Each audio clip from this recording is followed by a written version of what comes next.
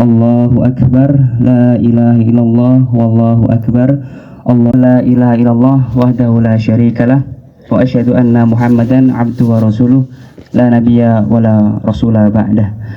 Asyhadu an la ilaha illallah wahdahu la syarikalah, wa asyhadu anna Muhammadan abduhu wa rasuluh, la nabiyya ba'dah.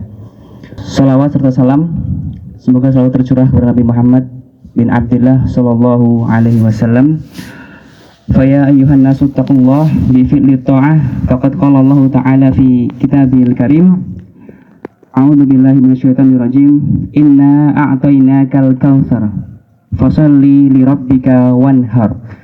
Inna syani'aka huwal abtar. Wa qala aidan walillahi 'alan nasi hijjul baiti man istata'a ilaihi sabila wa man kafara fa innallaha ghaniyyun 'anil 'alamin.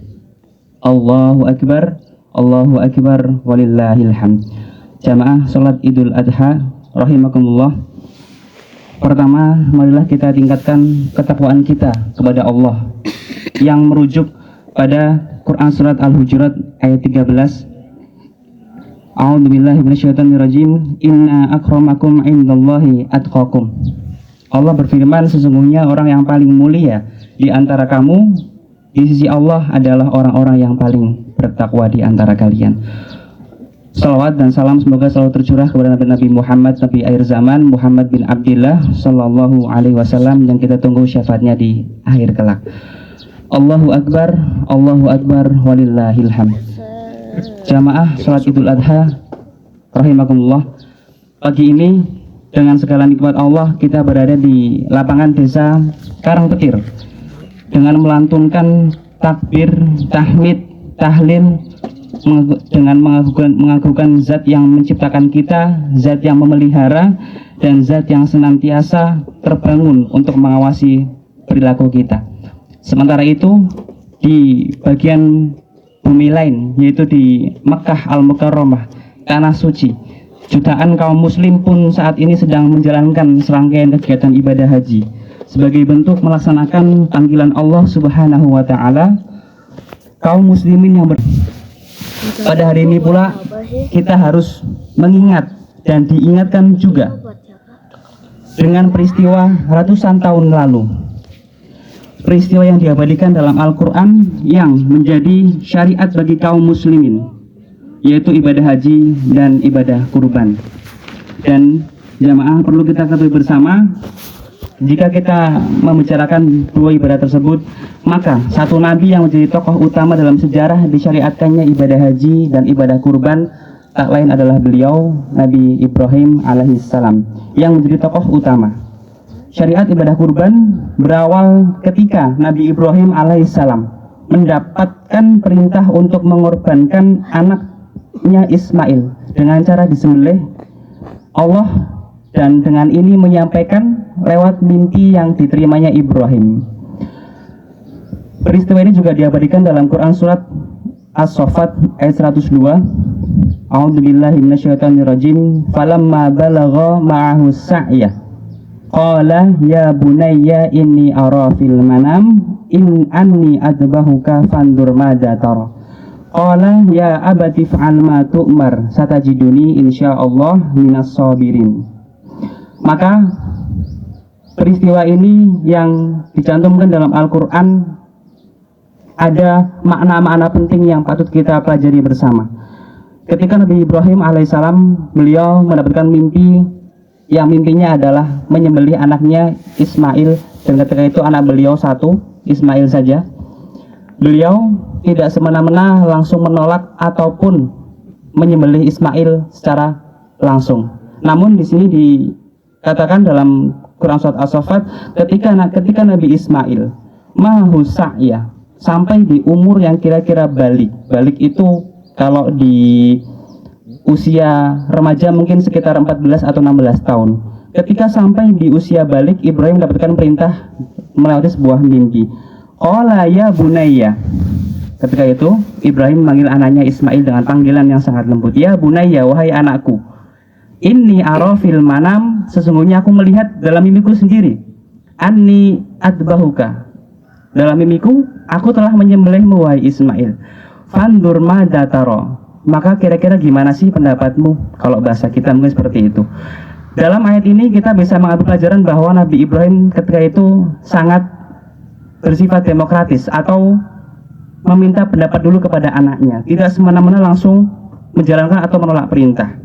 Maka Ibrahim yang dengan pertanyaan yang mungkin sedikit ragu, kira-kira apa pendapatmu Ismail kalau aku menyembelihmu? Jawaban Nabi Ismail, qala ya abati fa'al ma tu'mar. Ya wahai bapakku, ya abati. Kalau tadi Ibrahim dengan memanggil anaknya dengan panggilan ya bunayya, panggilan yang lembut kepada bapaknya, sekarang Ismail membalasnya dengan panggilan yang lembut kepada bapaknya juga. Ya abati, wahai bapakku, if'al ma tu'mar, lakukanlah apa yang Allah perintahkan. Satajiduni insyaallah minas sabirin. Maka insyaallah engkau akan mendapatiku dari orang-orang yang termasuk orang-orang yang sabar. Nah, ketika itu Ibrahim dihadapkan dengan ujian yang sangat berat. Beliau tatkala itu memiliki anak tunggal satu, Nabi Ismail, dan lama tidak berjumpa. Ketika berjumpa sampai usia balik, beliau akhirnya berani mengambil keputusan untuk mau rela mengorbankan anaknya Ismail alaihissalam. Lalu apa yang terjadi setelah itu? Allah seketika menggantikan Nabi Ismail dengan domba dari surga yang dibawa oleh malaikat. Dan itulah awal mula disyariatkannya ibadah kurban. Adapun hikmah dari peristiwa kurban yang kita laksanakan setiap tahun, ada setidaknya 4 poin yang patut kita pelajari bersama. Pertama yaitu kurban sebagai bentuk taqarrub atau pendekatan diri kepada Allah Subhanahu wa taala.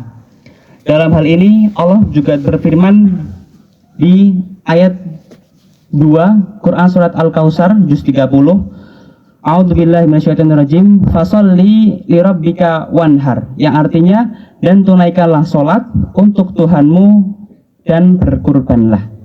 Padahal ini yang dulu dinabikan Nabi Ibrahim alaihissalam hendak menyembelih Ismail sebagai bentuk ketaatan kepada Allah Subhanahu wa taala, yang mana beliau awalnya sudah rela hendak menyembelih sebelum digantikan oleh domba.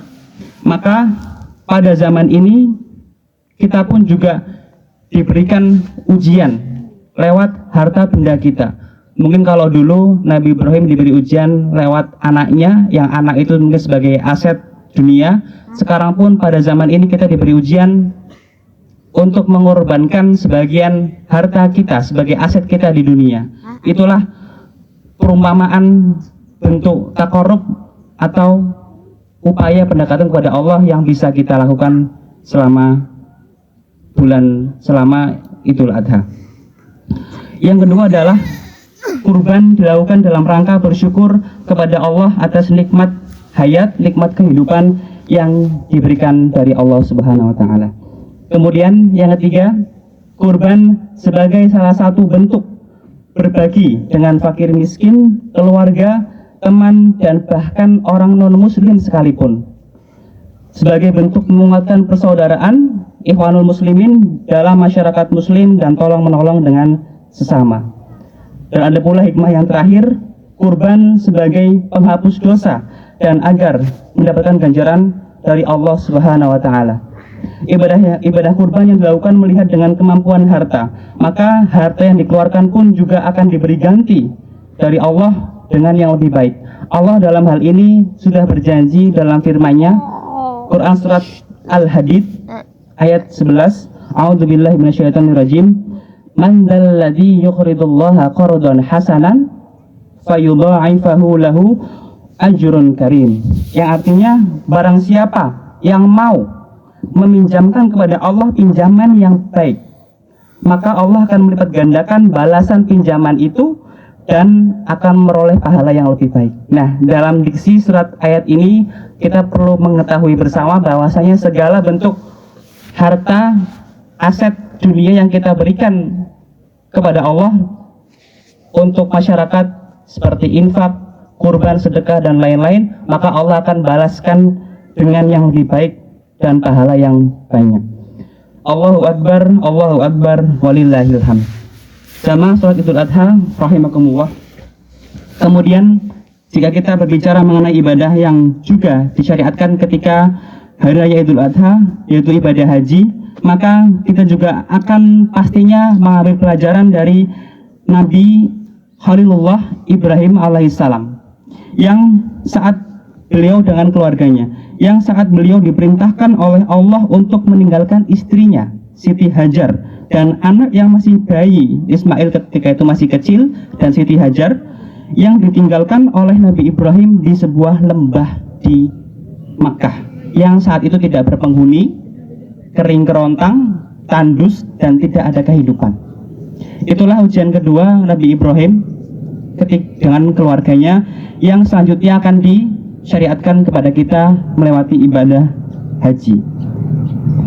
Tapi ketika itu sebagai istri yang solihah, Siti Hajar dengan lapang hati akhirnya melepas kepergian Ibrahim, yang sebelumnya bertanya hingga beberapa kali ketika Ibrahim dengan kendaraannya hendak meninggalkan Ismail dan Siti Hajar. Siti Hajar bertanya beberapa kali kepada Ibrahim, "Wahai Ibrahim, apakah kau meninggalkan kami karena perintah Allah?" Ibrahim menjawab, "Ya, aku meninggalkan kalian karena perintah Allah." Beberapa kali Siti Hajar mengulangi pertanyaan yang sama, dan Ibrahim juga menjawab jawaban yang sama. Akhirnya Siti Hajar dengan rela hati melepas kepergian Nabi Ibrahim alaihissalam. Ibadah haji pun dan kurban sangat erat kaitannya dengan tauhid, dan kedua ibadah ini memerlukan harta yang cukup. Maka dari itu kita sebagai kaum muslim yang hingga saat ini diberi banyak kenikmatan, yang diberi banyak waktu, maka seyogianya kita menyisihkan sebagian harta benda kita untuk agar bisa menunaikan ibadah haji maupun ibadah kurban saat Idul Adha. Allahu Akbar, walillahil hamd. Jamaah salat Idul Adha yang dirahmati Allah, maka sedikit kesimpulan yang bisa kita ambil dari Nabi Ibrahim alaihissalam merujuk pada dua peristiwa yang patut kita renungkan di momen ini, yaitu haji dan kurban, di mana awal mulanya berawal dari kisah seorang Ibrahim alaihissalam bersama keluarganya. Maka beliau yang diberi gelar Khalilullah atau kekasih Allah, perlu kita ketahui bersama jamaah, ada dua nabi yang diberi gelar Khalilullah, yang diberi gelar kekasih Allah, yaitu Nabi Muhammad SAW dan Nabi Ibrahim alaihissalam. Meskipun dalam bahasa Indonesia sama-sama artinya kekasih Allah, namun ada yang berbeda dari Ibrahim dan Nabi Muhammad SAW.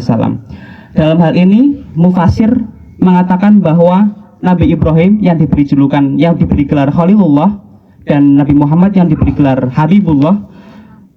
Khalil yang artinya yu'ta ba'da tolab, atau diberi setelah cinta, diberikan setelah mencari. Sedangkan Habib yu'ta duna tolab, yang cinta diberi tanpa mencari. Memang sama-sama memiliki arti kesayangan dan kekasih, tetapi Khalilullah, Nabi Ibrahim, diberi gelar kesayangan Allah setelah beliau berusaha mencari Tuhannya, dan beliau melewati banyak rintangan-rintangan ujian selama masa dakwah maupun hidupnya. Ujian melewati anaknya Ismail yang hendak disembelih, ujian ketika meninggalkan anak dan istrinya Siti Hajar di Mekah, dan beliau mencari hakikat Tuhan seperti apa, hingga beliau mengira matahari Tuhan, bulan Tuhan, bintang dan Tuhan, yang akhirnya beliau meyakinkan bahwa Allah lah satu-satunya pencipta yang berhak disembah. Sedangkan Nabi Muhammad, beliau diberi gelar Habibullah, kesayangan Allah, karena beliaulah yang ketika itu dipanggil oleh Allah Subhanahu wa taala bersama Jibril terbang ke Sidratul Muntaha. Itulah perbedaan dari Khalilullah dan Habibullah. Maka setidaknya sebagai kaum muslim, meskipun kita tidak bisa mencontoh seluruh perilaku atau seluruh tingkah laku Nabi Ibrahim alaihissalam, kita bisa mencontoh akan mencontoh akhlak dari beliau, sifat dari beliau, dan apa yang beliau lakukan dengan keluarganya ketika semasa hidupnya. Allahu Akbar, Allahu Akbar, walillahil hamd. Jamaah salat Idul Adha rahimakumullah. Sebelum kita mengakhiri khutbah pada pagi hari ini, maka marilah kita berdoa memohon Allah Subhanahu wa taala secara bersama agar semua ibadah yang kita lakukan hingga saat ini semasa kita hidup diterima dan mendapatkan ridha dari Allah Subhanahu wa taala. A'udzu billahi minasyaitonir rajim. Bismillahirrahmanirrahim. Allahumma shalli ala Muhammad kama shallaita ala Ibrahim wa ala ali Ibrahim innaka Hamidum Majid. Allahumma ighfir lil mu'minina wal muslimat wal mu'minina wal mu'minat al ahya'i minhum wal amwat innaka sami'un qaribun mujibud da'wat ya qadiyal hajat. Allahumma ansur ikhwanal muslimina fi kulli makan. Allahumma ansur ikhwanal muslimina fi Palestin. Allahumma kfina bi halalika an haramika wa aghnina bi fadlika amman siwaka. Allahumma inna na'udzubika minal barasi wal jununi wal judami wa min sayyi'il asqam. Allahumma inna nas'aluka al-huda wat tuqa wal afafi wal ghina. Allahumma inna nas'aluka al-jannata wa ma qarraba ilaiha min qawlin wa amalin wa na'udzu bika minan nari wa ma qarraba ilaiha min qawlin wa amalin. Rabbana hab lana min azwajina wa dhurriyyatina qurrata a'yun waj'alna lil muttaqina imama. Rabbana la tuzigh qulubana ba'da idh hadaitana wa hab lana min ladunka rahmah innaka antal wahhab. Rabbana innaka jami'un nas liyaumin la raiba fihi innallaha la yukhliful mi'ad. Rabbana zalamna anfusana wa illam taghfir lana wa tarhamna lanakunanna minal khasirin. Rabbana atina fid dunya hasanah wa fil akhirati hasanah wa qina adzaban nar. Taqabbalallahu minna wa minkum kullu amin wa antum bi khairin. Wassalamualaikum warahmatullahi wabarakatuh. Waalaikumsalam warahmatullahi wabarakatuh.